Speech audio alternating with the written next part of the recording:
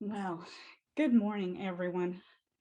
Bev and Dawn, that was just gorgeous. And Dawn, thank you for the musical bridge this morning, and to our whole behind the scenes crew.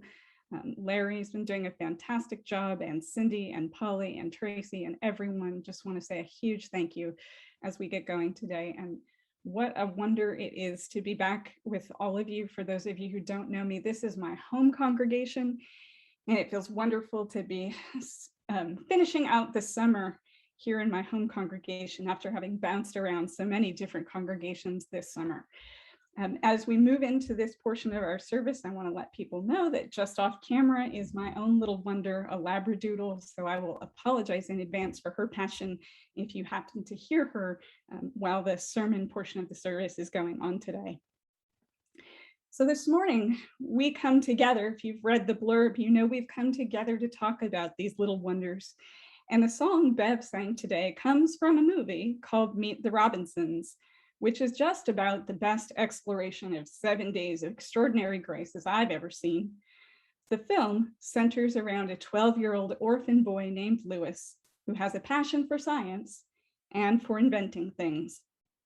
He's also a young man who has been rejected by 124 families, and he suffers because he believes that no one has ever wanted him, including his own mother. And when another character shows up with a time machine, Lewis decides that he will go back in time, he will find his mother, and he will ask her why she gave him up. As is often the way with life, however, things don't go as planned, and Lewis ends up catapulted into the future instead, where he learns the importance of continuously moving forward, and he learns that while being smart is a wonderful thing, it's not enough. You have to have faith, and you have to make choices that you'll be proud of tomorrow. The poet Mary Oliver said, "You can have the other words, chance, luck, coincidence, serendipity. I'll take grace." I don't know what it is exactly, but I'll take it.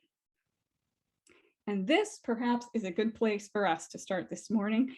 You don't have to know what it is or to know how it works to know that it does work.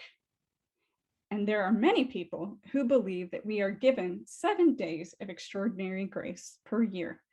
There are several spiritual teachers who toss that one around. Carolyn Mace is one who's floated that theory, and an unexpected person that you might not know who teaches all of her students to pay attention for these 7 days of extraordinary grace. For the opera fans out there, Renee Fleming. Stop and think about that for a moment. 7 days of extraordinary grace per year. Now, multiply that by your age. How many is that? How many do you actually remember? I mention this not necessarily to point out what you might have missed, but to be sure that you don't miss the next one, because grace is subtle but transformative. And the ones we don't act on are the ones either that we never noticed in the first place or the ones we don't remember. So if you're doing the math on that right now, let's say you're 50 years old, you've had access to 350 moments of extraordinary grace at minimum. Let's start at the beginning. The very first one is that you were born and you're here in the first place. And life needs faith. We need awe, AWE. We need to be able to believe that somehow our hopes and our fears and our dreams are seen and known and heard by something greater than ourselves. Now, you'll dismiss 7 days of extraordinary grace as a mere fairy tale or a nice idea if you don't believe in the possibility to begin with. So think about that. If reason has more authority over you than faith does, this is going to be a struggle to believe in the first place. But I'm going to recommend that you try it, because here's the other thing. They're moments of extraordinary grace. The other thing to know about this is that grace operates within a finite window of time. You see something, you hear that still small voice, you want to follow that. We're meant to act on what those moments set in motion. So how do you know when you're in grace? I get this question a lot. And it's a question I love, though it's not necessarily an easy question to answer because people sense their way into this differently. But I would say one way you know that you're in a state of grace or in a moment of grace is that reason loses its authority over you. That which you might have thought is not possible, that falls away. Time falls away. Chronological time falls away. The time that tells us exactly how long this service lasts, what time we need to be where, that falls away in favor of Kairos time, which is that time that's only the present moment, only the now. That is where grace has authority. Grace doesn't have the authority to change your past any more than you do. And grace is not something that works in the future, though the choices that you make in the moment in concert with grace certainly affect the future. Now I'm going to tell you a couple of stories here just to illustrate what it could look like. It may look and feel very different for each one of you, but just to give you a couple of ideas of how you might know, so that when you go forward to continue to observe these moments, or if they are going to look different for you in the future ones that you have than the ones you may have experienced in the past. This is just maybe to give you a frame of reference. Now, some of you know this story that more than a year ago, at the start of the pandemic, the school that I was working for at the time, in order to stay afloat, eliminated some positions, and mine was one of them. And of course, I didn't find out about that until the pandemic was well and underway. So that was not an ideal time to be looking for work in schools. And most of you know that I've wanted to be a head of school for a very, very long time. But those things, those kinds of positions, head of school positions, are years in the making. And in fact, when you apply for them, you apply more than a year in advance. And I had applied for none of them, knowing very much that I still had things I needed to round out in my skill set to really be ready for that, when I found myself in an interesting predicament. And so I did find another job in the pandemic, an assistant director position that for me would be a 40% pay cut. But what was unusual about this is normally in a situation like that, I would absolutely panic. I knew somehow that things were going to work out. I had that sense, but I couldn't see it. And it's probably good that I couldn't see the path, because I would have gotten my own way. And I would love to be able to tell you this morning that because I knew that, because I had that interior sense, that I handled it well, that I was positive and cheerful and stoic, and I was not. Anybody who knows me knows that while all the other pieces fit, the finances of it did not. And I was in a panic. And I talked about that panic openly with people that I was close to. And one of the miracles of that time, and there were quite a few, but among that were the people who reached out just to see how I was, to offer encouragement, to express faith in me. Then came people who were sending gifts of financial help from unexpected places. Some folks sent $5. Some folks said, hey, can I help you out to get you over the hump? And I was astounded by that. That by itself, that kind of outpouring of love would have been enough. And I started to look at all these people who seemingly had more faith in me than I did. And some people began to send things that were earmarked for my dog. And I think it was a little bit tongue in cheek, maybe to protect my feelings. But, I took that seriously, because when you're in a moment of faith, it's good to act accordingly. So even if I thought people were joking, I'd earmark that just for the dog, and I would use it for her food or her medical experiences or whatever that might be. But as if that weren't enough, things started to come in the mail from people I'd never met. People who said, I hope you don't mind, but I know so-and-so, and I got your address, and I just thought I would send you a gift card or this or that. And I kept track of everyone, and I made sure I reached out to everybody I could reach out in that time. And at that same time, of course, I'm working remotely with the head of school that I've joined. And he suddenly had changes in his professional life that meant he could not continue on as head of school. And within 36 days from when I said yes to the assistant director position, 36 days later, I found myself very much unexpectedly a head of school. Now, 36 days is not very long to go through something difficult. And I want to say up front that I know there are many people who faced far worse things than that than I did in those 36 days. All I did, hopefully, was pay attention, live my way into it. And what I know, one of the many things I hang on from that extraordinary experience in those 36 extraordinary days is that the interior knowing I had it was right. And that compass that I've always trusted hasn't failed me yet. And I don't expect that it will. What it requires is that I'm faithful to it. And that's what I offer to you. I'll also tell you that the very last gift card from that period of time arrived in the mail on the same day that I signed the offer letter. And to me, that's not an accident.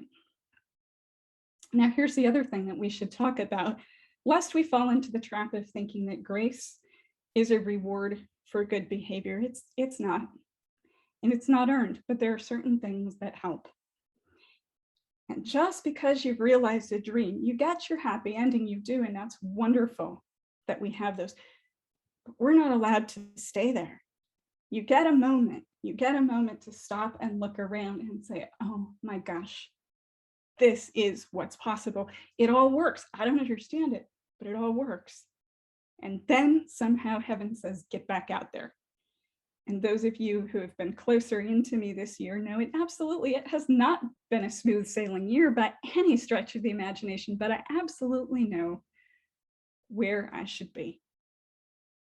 So fast forward a year later, same season, I'm coming home from a conference for all heads of school, and I'm quite literally dragging myself through the airport, because any of you who have flown lately, if you have to use any of the rideshare apps like Uber or Lyft, you know that they locate those as far away from civilization as is humanly possible in order to avoid traffic congestion.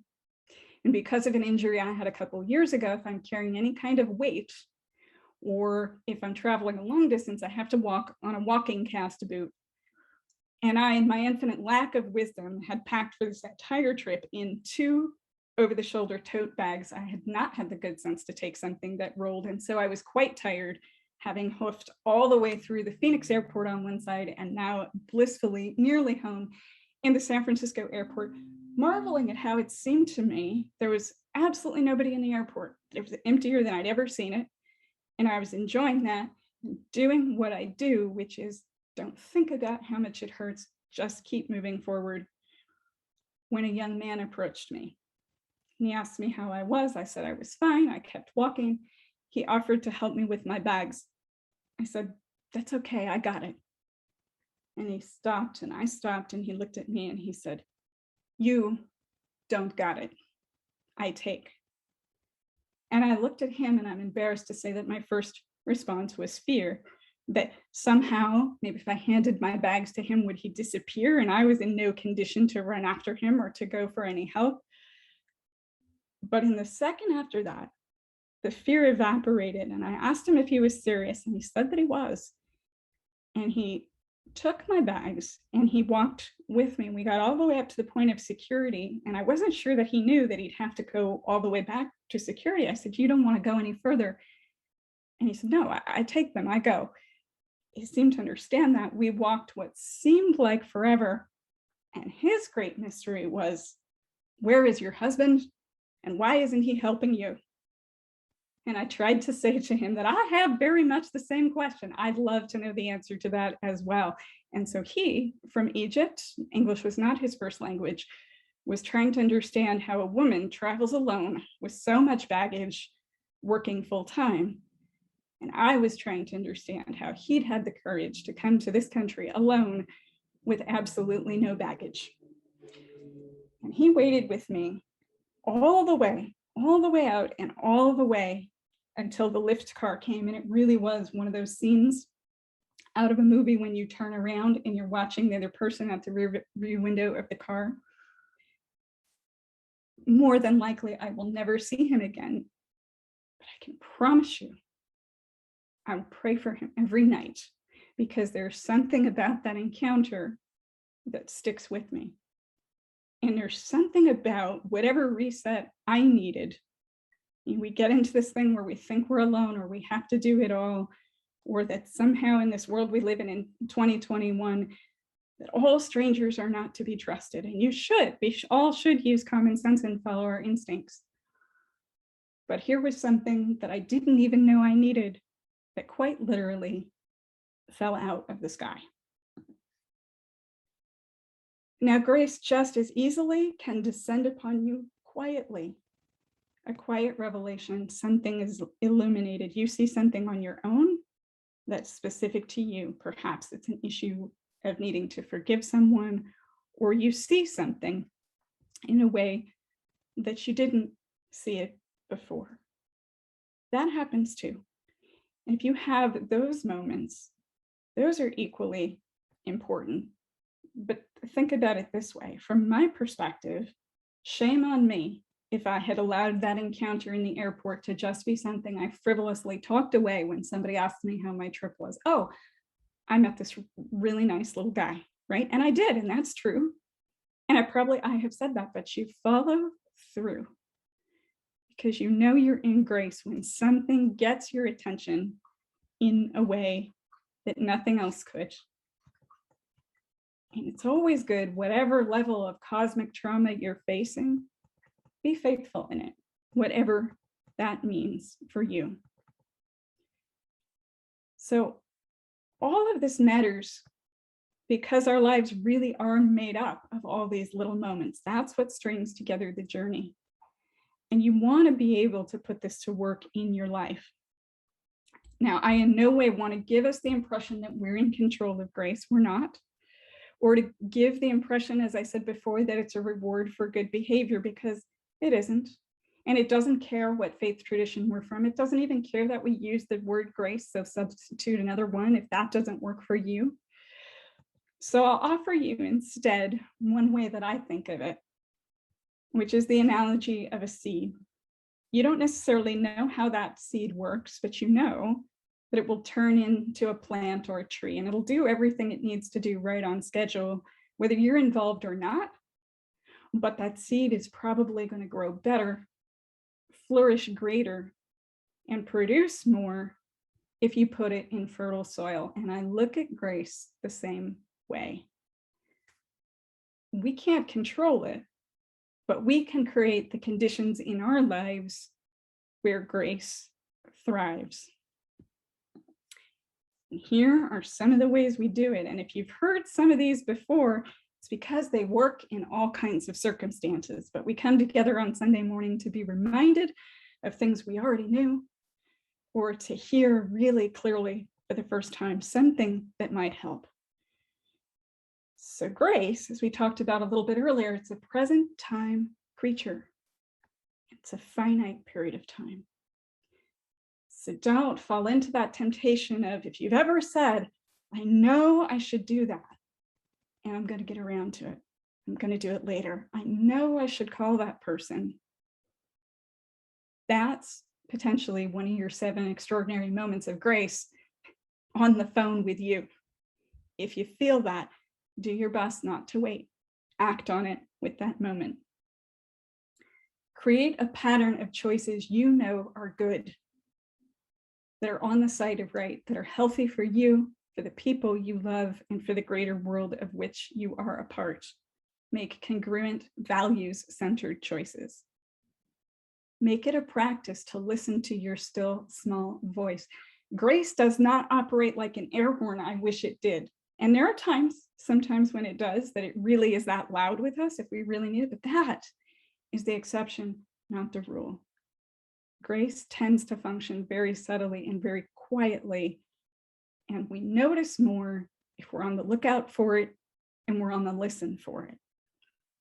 If you want to increase your capacity to do that, I recommend that you have a practice or a spiritual practice, because you'll be able to see your attunement evolve over time, and that'll be encouraging for you. And you'll begin to notice more of the things that were happening all around you anyway, but might have escaped your attention because you were distracted. Continue to stay in faith and then act on the grace you receive. Because this is one of those things we don't talk about very often. We talk about needing it.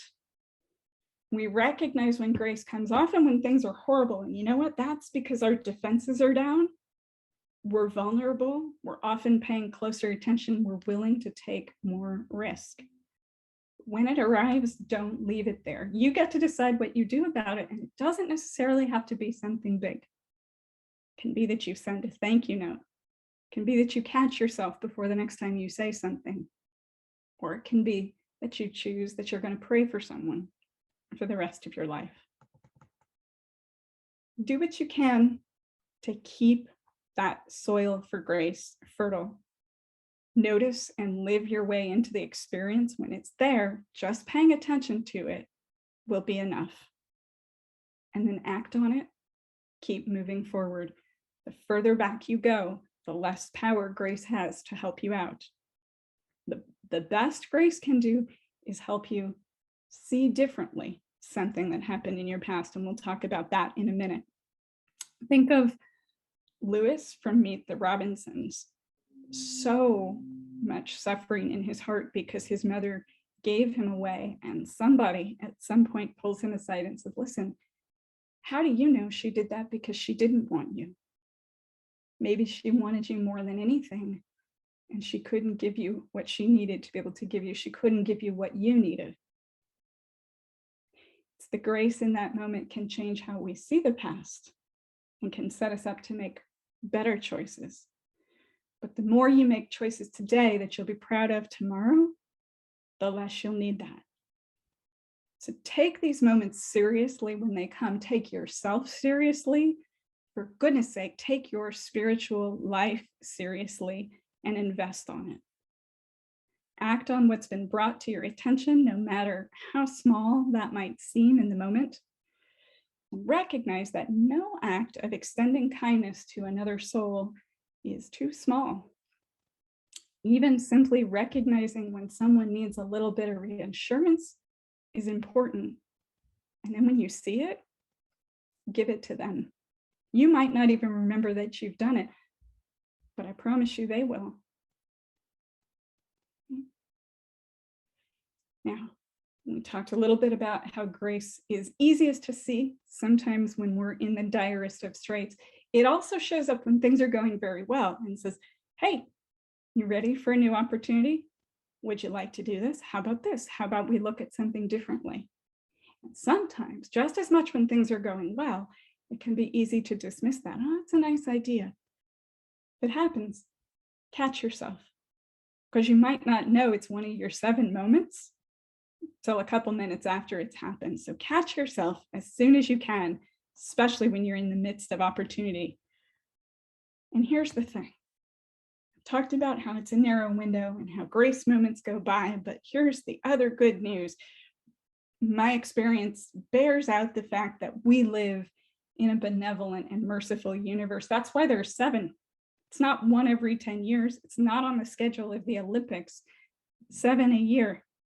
So if you've missed something important and you know it, and how you know it is it probably has the word regret attached to it, try not to give yourself too hard a time. Keep moving forward. Focus your attention on what's ahead of you and make sure when that next moment opens up, you're there.